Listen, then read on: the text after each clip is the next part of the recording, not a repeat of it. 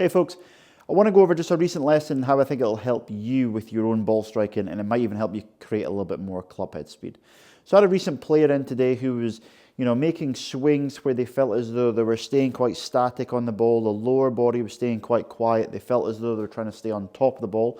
They're all good feelings, but I want to show you how this could get you into a little bit of trouble in terms of creating good club head speed, ball striking, and also showing the correct loft impact. So dynamic loft is what we call that. So this player, you'll see on the video now, this player would make a swing, and if you focus on the yellow circle, you'll see this player's yellow circle would not move till it's about here. Now the reason it's starting to move is because that's when his hands are furthest away from his body. That's when the club itself, it weighs something, it's furthest away from his body, and that's almost what's dragging him onto his right hand side. But as we know, this is far too late to be creating a weight shift onto our right side.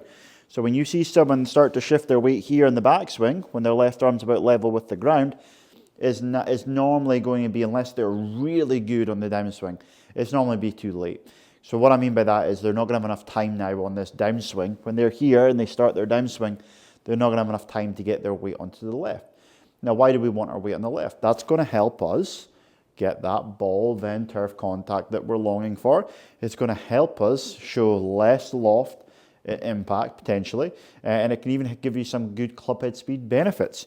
So let me show you a progression of drills that we're going to use with this player to get them moving better. So in their setup, we were getting them on this little slidey plate here, and I was getting the player to push this way, and you'll be thinking, that's nuts, Murray. Why would I want to slide my foot this way on the start of the backswing? And that's me going to move this way. Remember, it's a game of opposites. So when I'm training and trying to slide this plate this way at the start of the backswing, there's no ground interaction when I'm on that plate. So if I put my foot back on the mat here, you'll see if I slide this way, the ground's actually going to push me this way. It's a game of opposites.